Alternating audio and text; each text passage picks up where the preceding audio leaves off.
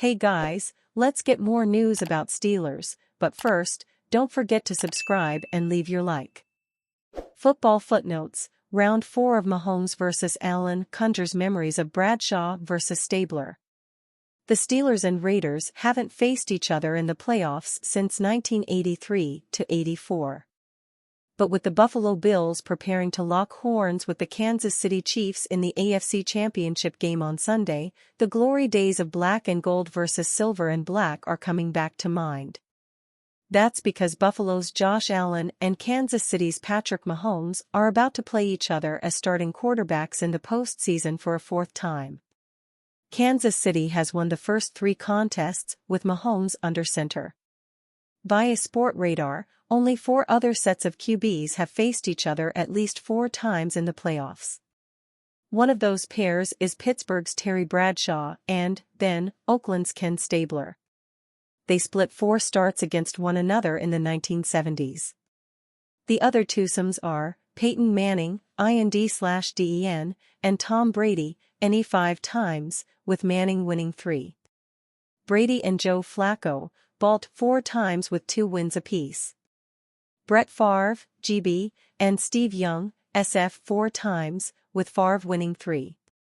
In this Friday's edition of Football Footnotes, we look back at those 4 historic games between the Steelers and Raiders when Bradshaw battled Stabler. No, one of them was not the famous 1972 AFC Divisional Round game at Three River Stadium. That's the one the Steelers won 13-7 on Franco Harris's immaculate reception. That game didn't count toward this total because, while Stabler played and scored Oakland's lone touchdown on a 30-yard run, Darryl LaMonica started the game for Oakland and went 6-18 for 45 yards and 2 interceptions. The year after the Steelers won the immaculate reception game, the Raiders hosted Pittsburgh in Oakland and won by 16 points in the first round. It was a tough day for Bradshaw. Phil Villapiano intercepted a deflected pass. George Atkinson also had a pick, and Willie Brown brought an interception back to the end zone for a defensive touchdown. Meanwhile, Stabler didn't have to do much, but he was good, completing 14-17 passes for 142 yards, 68 of those yards went to Mike Siani. Marv Hubbard had 20 carries, 2 for touchdowns, and 91 yards rushing. Oakland amassed 232 yards on the ground. Pittsburgh's only scores were TD passes from Bradshaw to Barry Pearson to make the game 10-7 Oakland at halftime and a 26-yarder to Frank Lewis as the Steelers were trailing 26-7. Oakland would end up losing the next week to Miami, 27-10 in the Orange Bowl. The Dolphins then beat the Vikings in Super Bowl VIII for their second consecutive crown. The Steelers booked their first trip to the Super Bowl by virtue of a huge fourth quarter. After trailing 10-3 entering the final frame, the Steelers put up 3 touchdowns on the Oakland defense. Harris scored twice on the ground to go along with 111 rushing yards, and Bradshaw hit rookie Lynn Swann for a go-ahead touchdown. The Steelers withstood a fumble by Rocky Bleier and a controversial call that prevented a one-handed John Stallworth touchdown catch. Bradshaw also fumbled in the second half, but Bleier recovered it. Bleier had 20 touches for 120 yards. Jack Ham intercepted Stabler twice. J.T. Thomas picked off a pass, as well. Stabler was also sacked by Mean Joe Green and L.C. Greenwood. He posted 271 yards and a TD pass to Cliff Branch, who had 186 yards on 9 catches. The Steelers won, despite getting only 95 passing yards from Bradshaw. They would then go on to beat the Vikings in Super Bowl IX for the first of the franchise's first of 6 titles. Former Super Bowl champion urges Pittsburgh Steelers to draft this toolsy quarterback. The Pittsburgh Steelers have virtually no plan at quarterback for the future. Even if they re-sign Justin Fields or Russell Wilson, they are band-aids to what is a festering long-term problem, and at some point, the team needs to make a dart throw in the NFL draft at some point.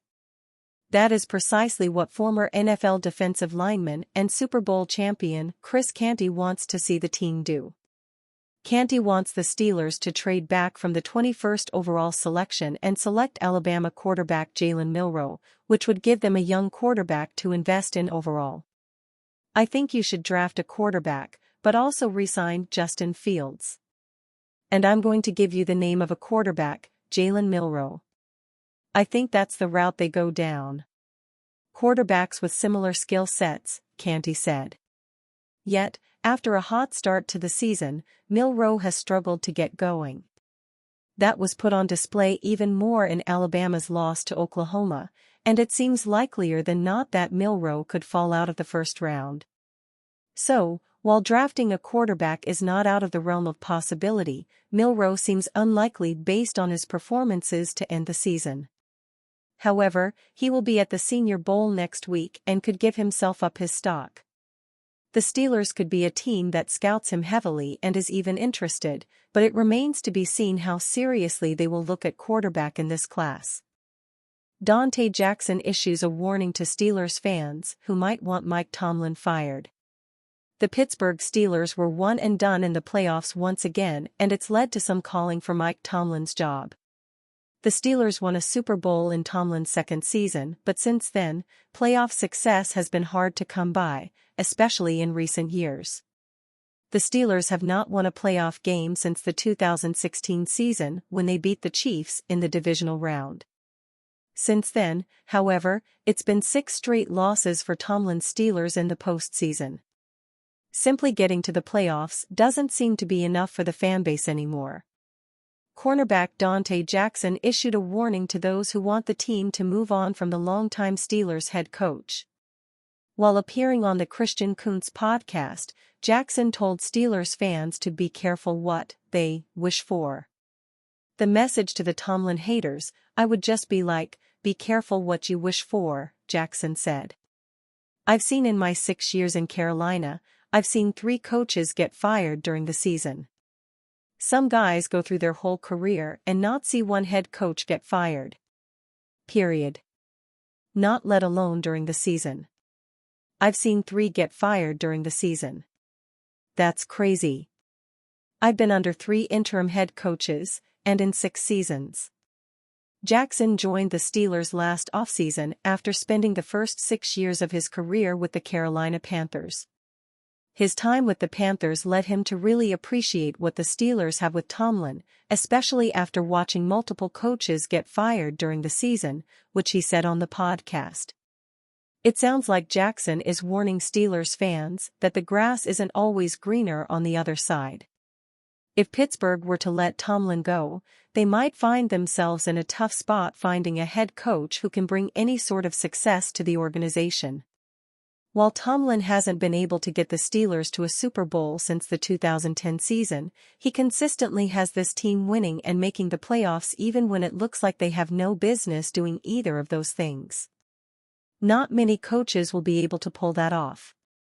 That being said, the goal is to win Super Bowls, and if your team isn't doing that, the seat is going to get hotter for every year you don't accomplish the sport's toughest task. Jackson is right in that the Steelers might have a tough time finding someone who can win consistently, but eventually another deep run is going to have to happen, or it will be officially time to move on from Mike Tomlin once and for all. And you, fan? What do you think of the situation of Mike Tomlin? Leave your opinion in the comments.